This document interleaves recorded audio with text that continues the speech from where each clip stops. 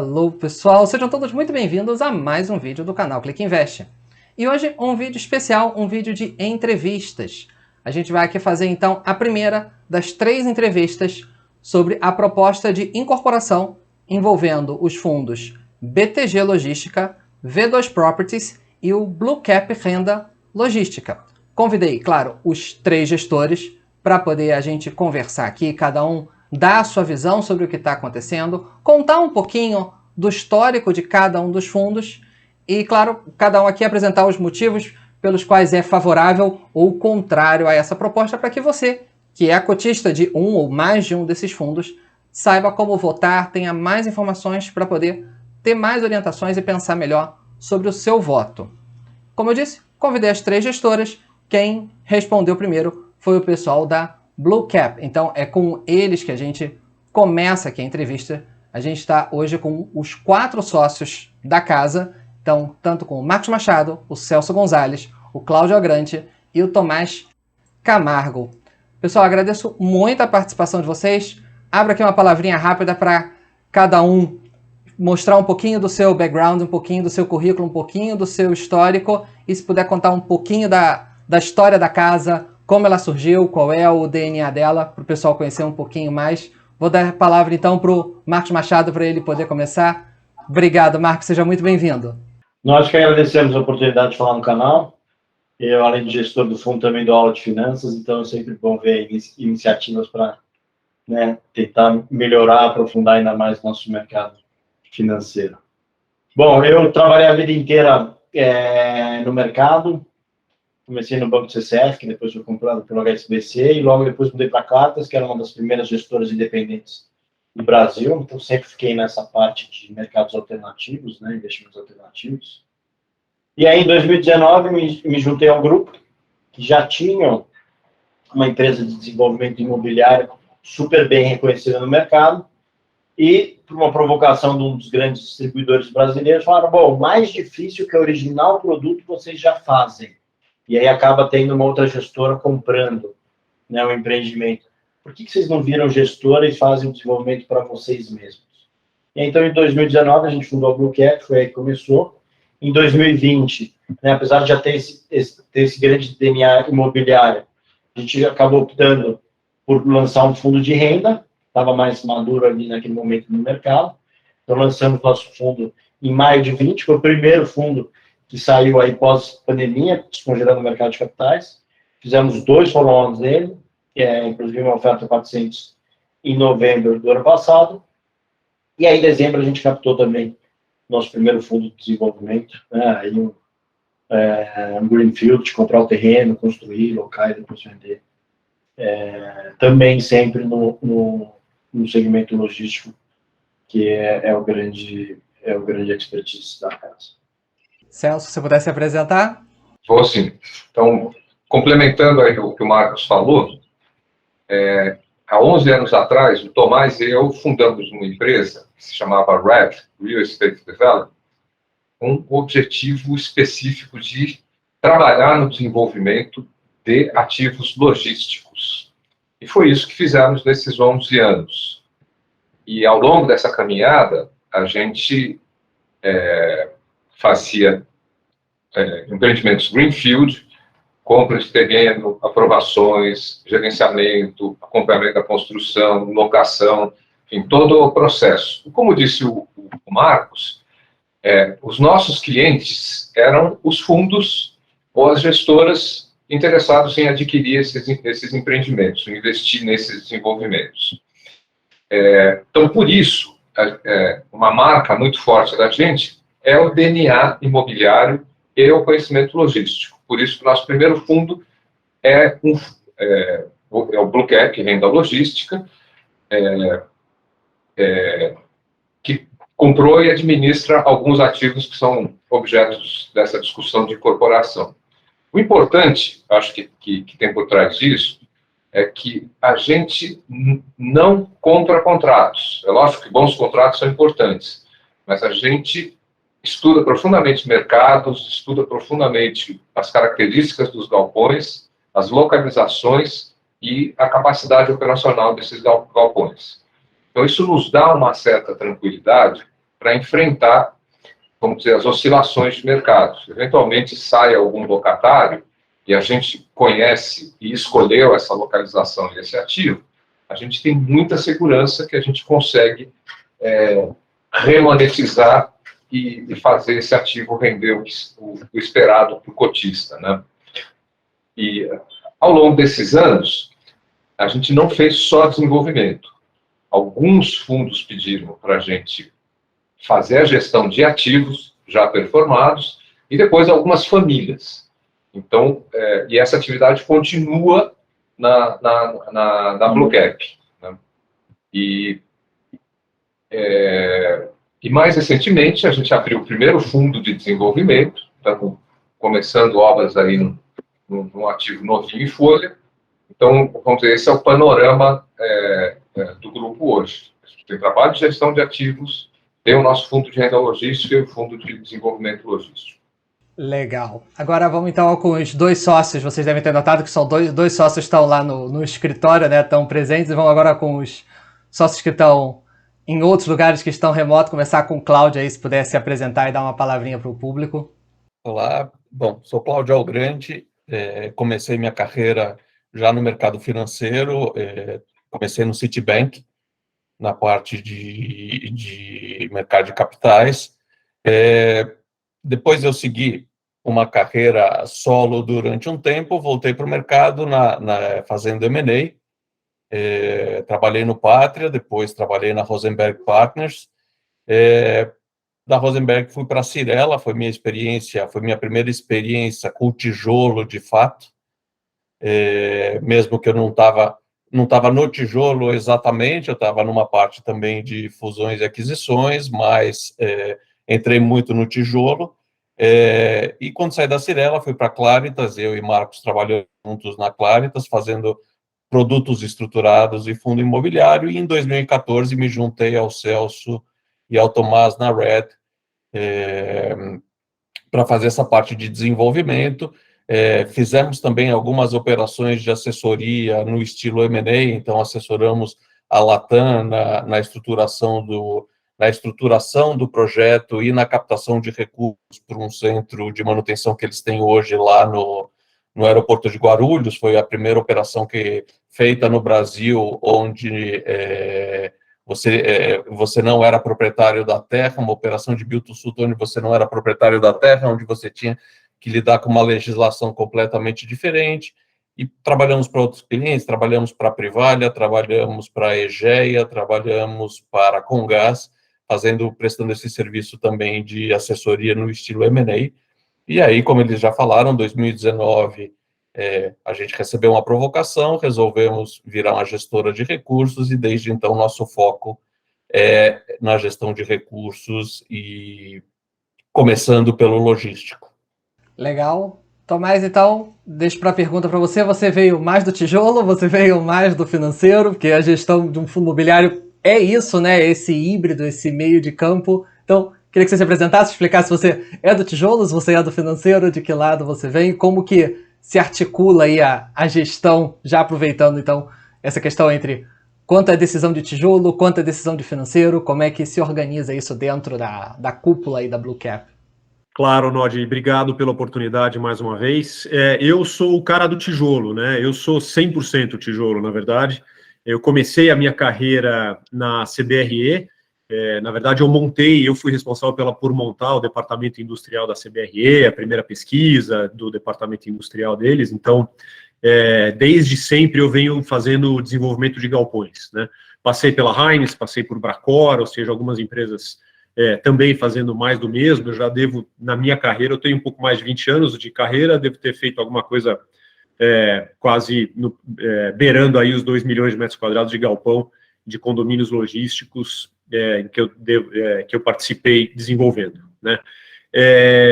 E esse, como disse o Celso e o Marcos, é o nosso negócio. A gente é muito focado em galpões, né? Então, hoje, alguns empreendimentos aí que pertencem à GLP, ou Heinz, ou Bresco, foram filhos meus em algum momento dessas empresas, né, do ponto de vista de desenvolvimento.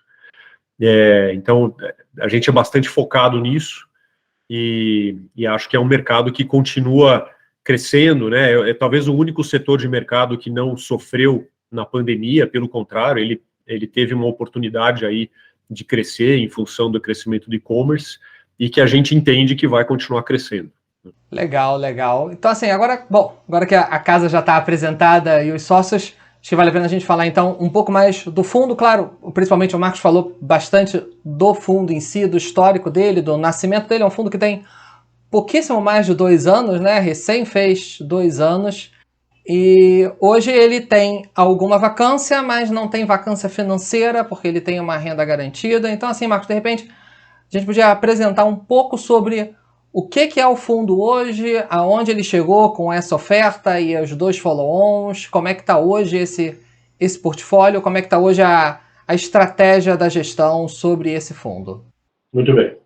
Bom, o fundo hoje são 5 galpões, de tamanhos relativamente parecidos aí, entre 12 a 20 mil metros cada um. Então, grosso modo, a gente tem 5 locatários, né, vamos dizer assim. Então, a gente tem 3 galpões em Extrema, lá em Minas Gerais. Extrema, acho que quem investe em fundo imobiliário conhece, mas uma apresentação. Extrema é o melhor mercado logístico do Brasil. Vacância zero. É um mercado relativamente profundo aí, perto de 1 milhão de metros quadrados. Tem poucos mercados no Brasil com esse tamanho. Vacância zero. Você quer 500 metros quadrados, você não tem. Tem muito ainda estoque futuro para entrar, mas tem sempre entrado pré-locado. Então, semestre após semestre, trimestre após trimestre, isso tem acontecido. E aí os contratos já estão beirando quase R$30 o metro quadrado do aluguel, né? Dada essa procura. Qual que é o grande lance de Extrema? Não é uma isenção fiscal do município, mas sim uma questão tributária estadual. Então, você tem uma diferença aí de ICMS entre Minas e São Paulo e outros estados, então é benéfico. Extrema está praticamente a mesma distância que Campinas, então 1 hora e pouco você sai aqui de São Paulo, você chega lá, Fernão Dias, né, passa um pouco, depois ali Atibaia e Bragança já chega. O pedágio é 1/3 do valor, né, então você tem aí uma grande vocação realmente logística. Você consegue, para Dom Pedro, atingir ali o Vale do Paraíba, e ainda não está integrado, mas o Rodoanel Norte, né? A gente não sabe exatamente quando, mas daqui 3, 4 anos vai cortar ali em Fernão Dias, e aí vai melhorar ainda mais a situação de lá. Hoje, então, a gente tem lá 38 mil metros quadrados, temos 3 locatários de contratos relativamente novos. Então, a gente tem Alpargatas, Mobile e Balduco, que estão bem contentes com a operação. O mercado realmente cresceu muito, agora eu falei desses 1 milhão de metros quadrados. Mas quem pôs Extrema no mapa, né, foi a VBI, a gestora VBI, através de um ativo deles, assessorados pela Red. Então, até pouco tempo atrás, dos 400 mil metros naquela época de galpão que tinha, 2/3 tinha dedo nosso. Seja através do desenvolvimento, seja através da assessoria, ou seja através desses 3 ativos que a gente tem no nosso fundo. Além disso, a gente tem 2 galpões ali em Cabreúva logo depois de Jundiaí, ali num setor muito grande de bebidas, né? Então tem ali grandes fábricas. A gente tem um galpão de 20 mil metros que está mais ou menos meio a meio, locado para Enjoei, de e-commerce, e para a VIP Logística, que faz a operação da Fenza, Coca-Cola, e também da Crown Embalagens. A Crown é uma das grandes fabricantes de latinha de alumínio, até o nosso imóvel blindeiro ali, vizinho de terreno, que também produz para a indústria de bebidas. E a gente tem um outro galpão de 11 mil metros, que estão com uma expansão dele de mais 7 mil metros, então vai ficar um galpão de 18. E aí, infelizmente, estamos com um litígio com o vendedor. O vendedor é a Barzel, uma empresa grande aí no mercado, que é investida do GIC, do Fundo Soberano de Singapura, e, por uma série de razões, acabou não entregando a expansão para nós. Então, estamos no litígio para abrir o negócio e receber o dinheiro da compra. Tá? A gente está nessa situação. A gente tem uma renda garantida até setembro e tem uma situação aí contra isso. A gente tentou negocialmente no último ano resolver essa situação, não foi possível, aí só sobrou infelizmente, essa saída judicial. Mas um exemplo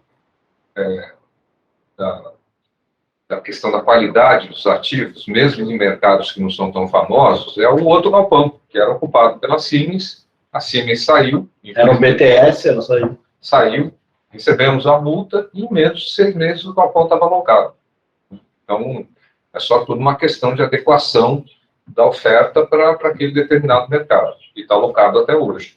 Né? Sem inadimplência zero, né? Com bons inquilinos.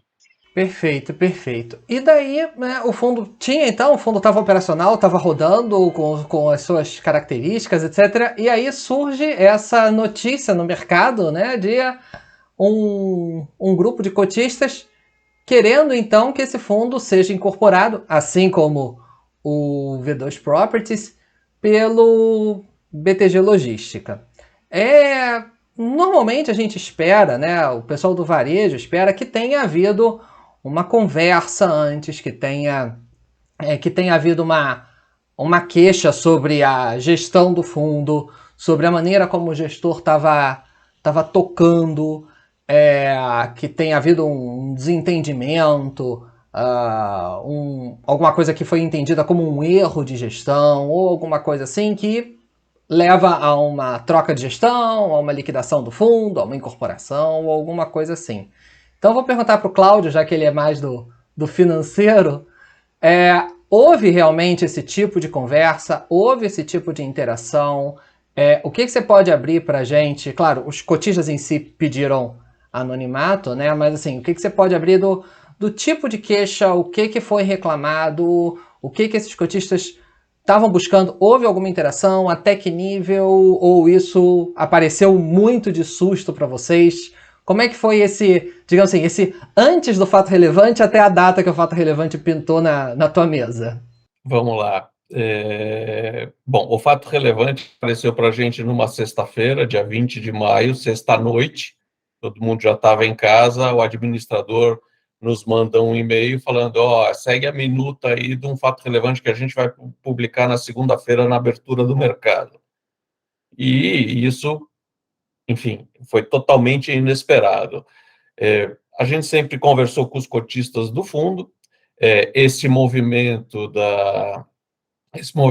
incorporação, ele é um movimento de uma gestora, que essa gestora tem 16 veículos que são cotistas do nosso fundo hoje, e conversamos sempre com eles e nunca nenhum deles demonstrou qualquer tipo de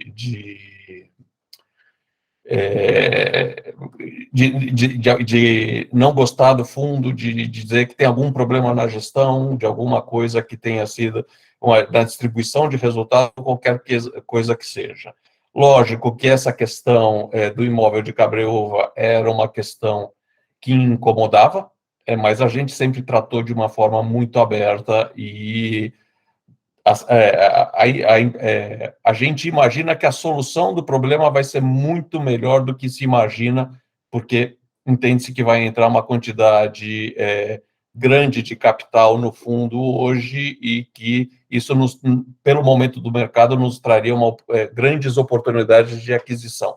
Ou seja, do limão se fez uma limonada.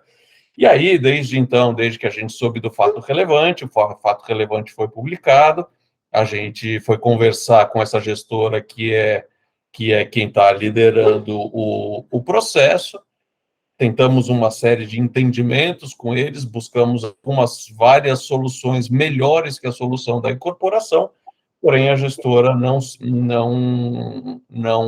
se abriu para negociar. Então, liderando, na verdade, ela está sozinha, né, Cláudio? O movimento só dela. É uma decisão que os outros, a nossa outra base de cotistas, nenhum deles, ou pouquíssimos, porque a gente tem uma base que a gente não acessa, que são os clientes pessoa física, né? não entendem a incorporação como uma destruição enorme de valor, que é o nosso entendimento também. E então enfim, a gente buscou mecanismos para que a incorporação não acontecesse, e agora a gente está esperando a Assembleia na Assembleia nós insistimos que fosse feita uma Assembleia presencial, que não é algo que tem acontecido muito no nosso mundo dos últimos 2 anos, mas como a gente tem uma base de cotistas muito concentrada, a gente entende que vale o debate cara a cara para a gente colocar todos os prós e contras da incorporação na hora da votação. Legal. Você consegue abrir para a gente, Cláudio, mais ou menos qual foi o racional dessas alternativas que vocês chegaram a apresentar? Até que ponto elas foram amadurecidas? O que você pode abrir assim? Nessa conversa, o que foi apresentado, o que foi debatido, que esse grupo de cotistas acabou recusando? Bom, na primeira conversa que nós tivemos com ele, que foi no dia da publicação do fato relevante, eles nos colocaram que, caso nós apresentássemos negócios que fossem tão bons ou melhores que a incorporação, lógico que eles seguiriam, eles não seguiriam com a incorporação. E, basicamente, o que o cotista está buscando, essa gestora que representa esses cotistas está buscando, basicamente é liquidez. Por uma situação deles, seja de saques em fundos que eles têm nos fundos 555, ou seja, na questão deles quererem aproveitar do momento de fundos que estão muito descontados no mercado, eles estão buscando liquidez, que vai totalmente contra a política de investimento do fundo que eles aderiram atrás. A política de investimento do fundo, ela é basicamente um fundo que vai buscar renda, e não liquidez. E aí, o que nós fizemos foi tentar trazer alguma liquidez para o fundo, vendendo parte de um ativo ou ativo na sua totalidade. Nós recebemos várias propostas por esses ativos, pelos 2 ativos, inclusive, seja propostas de aquisição dos ativos por cotas de outros fundos, ou seja, por dinheiro, que, para quem está buscando liquidez, faria muito mais sentido vender o ativo em dinheiro do que vender em cotas. Só que todas bateram lá e voltaram sem aceitação. O que mais nos estranha é que em nenhum momento eles nem sentaram, após a nossa primeira reunião, eles nem sentaram para conversar com a gente. Ou seja, eu acho que o objetivo deles está muito bem traçado do que eles querem buscar. Eu acho que o bom resumo é o seguinte: eles gostaram do preço que estão sendo oferecidos, né, esses 89, que nosso fundo, né, nesse está menos descontado do que está o resto do mercado, então pegaria aí essa cota, venderia, então vai ter uma pressão muito grande de venda, né, em cima do BTG Log. São 500 milhões que vão ser vendidos. O fundo é um fundo grande, tem 1.600, vai para mais de 2 bi, mas vai vir uma pressão muito grande de venda ao longo dos próximos meses. Para que eles querem girar a carteira e comprar outros fundos, não só do segmento logístico, segmento corporate, por exemplo, tem muito fundo bom, muito descontado. Então, eles gostaram do preço de saída e o BTG gosta dos novos ativos. E deu jogo. Agora, o que acontece? Que acho que é algo muito importante.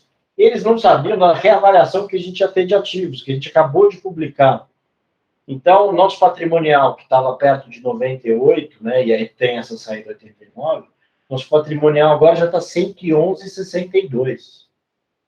Então, está sendo feita uma distribuição de valor muito grande para os atuais cotistas do BRCP, quem está entregando a cota aí 89.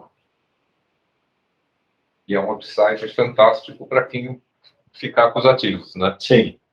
Perfeito, só para poder alinhar os números, né? Então, hoje a cota está negociada em torno de R$ 85, né? No momento que a gente está gravando isso aqui. A proporção de troca seria numa base de R$ 89, né? Mais ou menos isso. E hoje o valor patrimonial da cota está em 111, que não era o valor que estava no momento da divulgação do fato relevante. Eu estou correto, Marcos? Perfeito. Exatamente, é isso. Só E um aí, ponto. quem entregar a cota 89 recebe a cota do BTLG a 100. Hoje está perto disso, está no 87. Então, meio que está elas por elas, né? Você vende, hoje nós somos 85, você vende 89, você perde 4, mas você também vai, quer dizer, você ganha 4, né? Você vende 89 ao que está 85, você ganha 4, mas você perde 3, que você compra 100 ao que está 97. Tem um ponto só que é importante colocar. A cota ontem estava 89,50. O fechamento dela ontem acho que foi 89,48, se não me engano. A nossa cota é muito sensível, né? Pela baixa liquidez, ela é uma cota que é muito sensível. Então, da mesma forma que um dia ela está 85, outro dia ela está 90, você vê um monte de robozinhos ali operando, aí pelos interesses de cada um dos cotistas, né? Então, valor de cota, o nosso valor de cota na tela, ele não é um valor real. Perfeito. O fundo está operando mais ou menos uma base aí de 500 mil por dia, alguma coisa assim, que é, claro, 500 mil para um investidor de varejo pode parecer muito dinheiro movimentado num dia só, mas a gente tem muitos fundos operando. Então, mas a questão dos 500 mil também, você vê muito direto entre posições, né? Então, ele não é um 500 mil real, né? É um 500 mil, porque tem alguns cotistas que ficam mudando de posição dos seus fundos dentro das suas casas. Sim, isso pode acontecer, ou seja, para o pessoal entender o que o Cláudio está falando, às vezes pode ser uma gestora que está vendendo do seu fundo, de um fundo para um fundo B, e aí, claro, aquilo é registrado em bolsa, logo aquilo movimenta a liquidez. Quando a gente puxa essa média de liquidez, claro, entra todo tipo de negócio, seja aquele que eu ou você podemos estar fazendo, ou que esses grandes investidores podem estar fazendo até dentro das suas próprias carteiras. E só um ponto, e quando você faz um direto, que é uma posição direto para outra posição, você põe o preço que você quiser.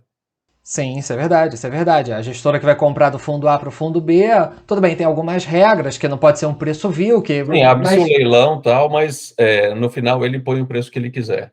Exato, tem uma boa dose de discricionariedade aí do preço, então às vezes o preço que está na tela não é uma opinião de mercado, um consenso de mercado, mas às vezes o último negócio que aconteceu entre dois fundos de uma mesma gestora, porque é isso que é a cotação, é o preço do último negócio. Geralmente a gente encara que é uma concordância de mercado, um consenso de mercado, mas não é só o preço do último negócio que aconteceu na pedra. Sua definição é perfeita. Pois é, às vezes em ativos menos líquidos é menos consenso, em ativos mais líquidos é mais consenso, em ativos menos líquidos é menos consenso e mais último negócio. E aí eu queria então, a gente já falou um pouquinho do passado do fundo, da situação dele atual, mas eu queria entender, e eu acho que vale a pena o público entender, qual era a proposta do fundo para um futuro próximo, digamos assim. Qual era a ideia dessa operação do tijolo, então, Tomás? Para o fundo em si, o que estava rolando, como é que estava o planejamento de vocês para uma eventual nova emissão, ou como desenrolar esse litígio com o vendedor. Ou seja, supondo, vamos voltar no tempo e imaginar que esse fato relevante não aconteceu. Aonde estava a cabeça de vocês? Claro que a cabeça de vocês deve estar muito concentrada hoje em todo esse movimento, mas antes disso, aonde que estava? Ou seja, aonde vocês estavam imaginando para o fundo estar daqui, vamos supor, há 2 anos, ou 1 ano, ou alguma coisa assim?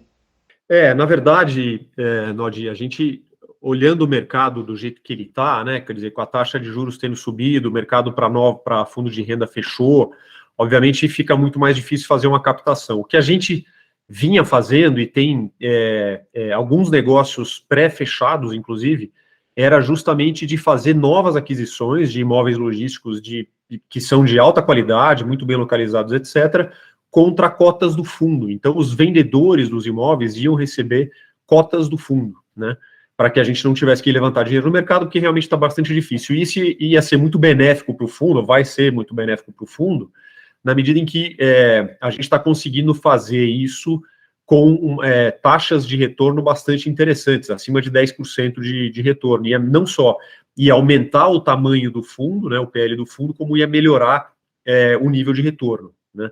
Imóveis alugados para empresas, companhias grandes, etc., obviamente eu não posso abrir muito, mas bons imóveis bem alugados que ia gerar um aumento de pouco mais de 100 milhões de reais no fundo, só esse ano, né? Talvez só esse último semestre, mas a gente está, enfim, agora a gente vai ver como é que a coisa caminha, né? Mas esse era o caminho que a gente tinha achado e que estava caminhando muito bem. Uma visão desse futuro, vamos dizer, no curto prazo, né, no futuro próximo, está na carta ao gestor, carta do gestor, que a gente ofereceu, subiu na CVM, está no nosso site, que tem uma ideia do que ia acontecer com o fundo. Eram 2 operações que o Tomás está falando, a gente não pode entrar em mais detalhes, mas, vamos dizer, os grandes números estão descritos nos gráficos dessa carta. Se qualquer um dos ouvintes aí quiser olhar. Mas, inclusive, na semana em que, né, na segunda foi publicado o fato relevante, a gente abriu o mercado, a gente já estava marcando ali com o nosso distribuidor, que a gente já tinha tido conversa para dar o kickoff, que a gente ia ter que chamar uma nova assembleia, né, justamente para incorporar um desses ativos.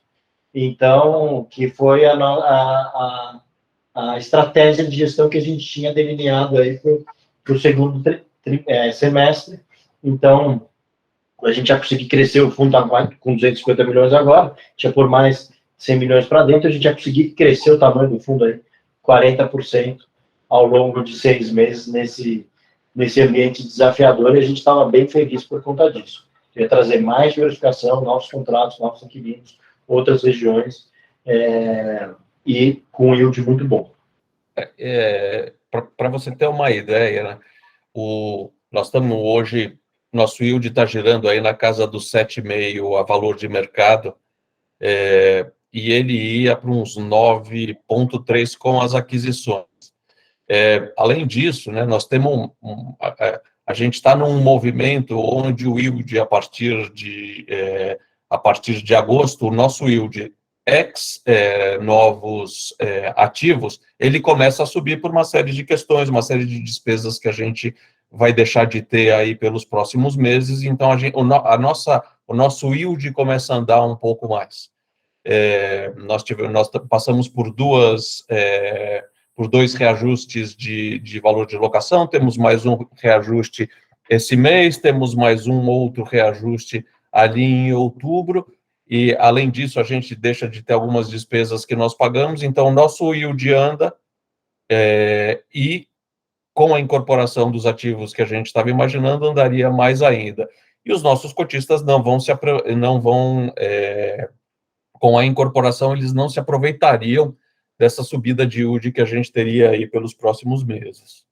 Perfeito, que acho que é até importante destacar que a incorporação que está sendo proposta, né, do fundo pelo fundo BTG Logística é a incorporação do fundo, não é a incorporação da gestora, ou seja, a equipe da Blue Cap continua na Blue Cap, não é que a gestora vai acabar, e não é que esse DNA, essa ideia, esse racional e até o contato com os vendedores, na verdade ainda continua na Blue Cap. Eventualmente, talvez, Cláudio, até posso dizer, até num outro fundo, talvez, operar essa ideia de outra maneira, por outro lado, ou seja, essa ideia segue com vocês, mas que não vai estar no fundo, ainda não existe, não é parte do ativo do fundo e não vai ser incorporado pelo BTLG essa ideia, eu estou correto? Sim, a gestão passa a ser deles. Nós temos outros fundos, né, na casa, nós temos um fundo de desenvolvimento que a gente está começando a obra de um ativo em Itapeva, que é um município vizinho ao município de Extrema. Estamos fechando um outro grande fundo com um ativo que a gente ainda não pode abrir, mas é Raio 30 de São Paulo, já com ocupante e tudo mais, e temos as carteiras que o Celso mencionou no começo da entrevista. A Blue Cap continua a sua vida. A gente não tem janela hoje para captar dinheiro para fazer um novo fundo de renda, mas se a incorporação ela seguir e ela acontecer de fato, na primeira janela, a gente vai fazer um novo fundo de renda e seguir com a nossa estratégia, como a gente tem hoje. Legal. E agora, queria perguntar pro Celso o seguinte. Agora que aconteceu, a gente estava falando, né, do qual era o racional, sem contar esse fato relevante, aonde que estava. Vamos supor que acontece a Assembleia e ela não é aprovada, a incorporação não é aprovada, o fundo volta, quer dizer, não é que volta para vocês porque ele nunca deixou de estar, né, mas acaba esse fantasma da incorporação. Tem algo que vocês já preveem como uma mudança, alguma coisa que esse fato relevante, esse movimento trouxe para vocês pensarem assim, poxa, a gente precisa mudar isso, a gente precisa endereçar essa pauta, a gente precisa endereçar isso aqui para esse fundo pós-não incorporação? Não, com certeza. O grande objetivo, e já era, a gente não conseguiu alcançar em 2021, é a pulverização dos cotistas. Quer dizer, com o fundo com mais ativos e mais pulverizado, com certeza uma manobra dessas fica mais difícil de acontecer. Então, com certeza esse objetivo continuará sendo perseguido. E a gente foi pego de surpresa, né? Como o Cláudio falou. Agora que a gente já sabe que tem um grande cotista insatisfeito ou não que ele esteja satisfeito, mas que queira sair, que quer trocar a cota, a gente vai ter que procurar liquidez, né? E trocar por novos cotistas, coisa que a gente até já conseguiu. Mas a gente vai endereçar a situação dele. No final vai ser isso que vai acontecer. Vamos trocar a base de cotista. Ajudá-lo a atingir os seus próprios objetivos. Exato. E de uma maneira que vai gerar mais valor para ele. A gente conseguiu muita coisa. Então, como o Cláudio comentou, a gente conseguiu proposta em dinheiro de um grande gestor brasileiro. Conseguimos proposta em cotas de um outro grande gestor brasileiro. Conseguimos proposta em dinheiro pela posição desse gestor. Então, 3 coisas, mais o outro ativo. Isso tudo em 40 dias. Um pouco mais de tempo, acho que a gente modela alguma coisa com ganha-ganha. Vai entregar com bem mais valor. Do jeito que está, a gente está... Né, o cotista afobado está perdendo, né, está destruindo em torno de 50 milhões de reais aí, no fundo. Então, dá para fazer coisa bem melhor, mas é isso, precisa deixar a gestão trabalhar, né? Se receber um fato relevante numa sexta-noite e aí depois ter que sair correndo para fazer 200 milhões de liquidez, você, obviamente, você está numa situação bem mais fragilizada quando você vai negociar e falar, vai ter uma assembleia que está sendo chamada a qualquer momento, e quando ela for chamada, em 15 dias vai ser votada aí a incorporação do fundo. Você fica numa situação bem mais frágil para negociar. Mas, mesmo assim, a gente conseguiu várias coisas interessantes. Perfeito. E essas coisas interessantes não foram aceitas pela gestora, né, pelo grupo de cotistas demandante. E a gente vai ter, então, agora a assembleia que vai ser presencial, o que é raro hoje em dia, né? Então, para quem é cotista do fundo e quer, claro, eu vou deixar aqui o link com todos os documentos, até os documentos que o Celso falou sobre o racional por que votar não pela incorporação do fundo. Também vai estar o endereço, a data exata. Eu recomendo, eu já fui a assembleias presenciais, é muito interessante, recomendo quem possa ir, que vá. Quem não possa, pode votar também à distância também, nos documentos que eu vou deixar aqui embaixo, tem todo o procedimento para você também manifestar o seu voto. E eu acho, Marcos, que o importante é o cotista votar, né? Eu vejo muitas vezes as pessoas com ativismo de fórum, de grupo de WhatsApp, botam 1000 comentários a favor, contra, etc. Mas, às vezes, perdem uma data, às vezes se esquecem, às vezes não se manifestam, tem preguiça, acha que o voto não vai contar. Mas eu acho que cada cota conta nesse momento. Você concorda? Com certeza total. Importantíssimo todo mundo votar. Eu acho interessante a presença dos cotistas, porque eu acho que o debate vai ser intenso. Principalmente se o cotista, se a gestora a gestora que está liderando esse movimento for lá debater com todo mundo para colocar a sua posição. Acho que vai ser importante eles colocarem os argumentos deles, a gente como gestora, como gestora do fundo, nós temos os nossos argumentos e acho que o debate é muito interessante. A presença do cotista é importante para ele poder ouvir os dois lados. Com certeza, com certeza. Pessoal, poxa, eu quero agradecer demais a participação de vocês, o tempo aí que vocês separaram para bater um papo, mostrar um pouco do trabalho de vocês. Deixa o Marcos aí, já que o Marcos aqui se correspondeu comigo aí para a gente poder organizar, deixa ele com as palavras finais, mas deixa aqui o meu agradecimento ao Marcos Machado, ao Celso Gonzalez, ao Cláudio Agrante e ao Tomás Camargo por participarem dessa entrevista. Marcos, obrigado mesmo, e deixa aí um espaço para vocês darem as últimas palavras aí para os cotistas e para o mercado de maneira geral. Bom, obrigado novamente, parabéns pela iniciativa. O que eu gostaria de deixar aqui como finalmente para reflexão é, independente dessa operação específica, né, com relação a um fundo e outro, etc. e tal, eu acho que o movimento é muito ruim para o mercado brasileiro, que transforma num mercado mais pobrinho, né, menos criativo, mais ralo, com menos profundidade. Então, no final, né, vão ter o quê? 2, 3, 4 fundos grandes só. Você tem menos criatividade, menos diversificação, que é isso que é importante, no final das contas, para o investidor brasileiro. Então, a gente quer um mercado mais vibrante e não um mercado aí mais restrito, mais concentrado. Perfeito, Marcos. Novamente, muito obrigado a todo mundo da Blue Cap aí por essa conversa. Para você, cotista, se informe, pense, reflita sobre essas informações que foram passadas aqui. Seja você cotista do BLCP, ou se você não é e não conheceu o fundo e se interessou, tá aqui então o material para você conhecer um pouquinho mais. Vou deixar o link aqui embaixo com todas as informações dessa convocação de maneira geral, como participar de maneira presencial ou online, mas acima de tudo, vote, faça valer o seu voto, faça valer as suas cotas. Se puder participar presencialmente, é sempre uma experiência muito, muito enriquecedora. A gente já tem também uma entrevista marcada com o pessoal da V2, eles já confirmaram, vai ser a nossa próxima entrevista que vai sair no canal, então não se esqueçam de se inscrever aqui embaixo para ser notificado.